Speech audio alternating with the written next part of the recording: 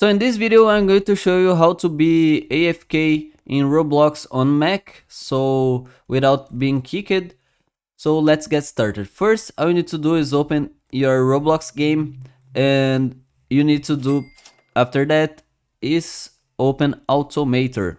It's a default app on macOS. So you open, create a new document. After that, choose this option right here, quick action. Once you did this, you need to search for loop here on library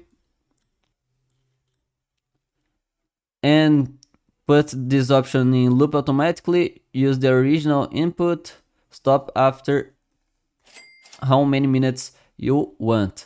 Okay, after that is simple. All you need to do is record, go to your Roblox game again, and all you need to do is jump over the lobby and do whatever you want, but make sure you aren't in one place where you can buy Robux, because it can spend Robux without your permission. Okay, so after that all you need to do is click on this stop button, open Automator again, put this on the top, and just click run. Now I will not touch on my keyboard, and this is it. It's working perfectly.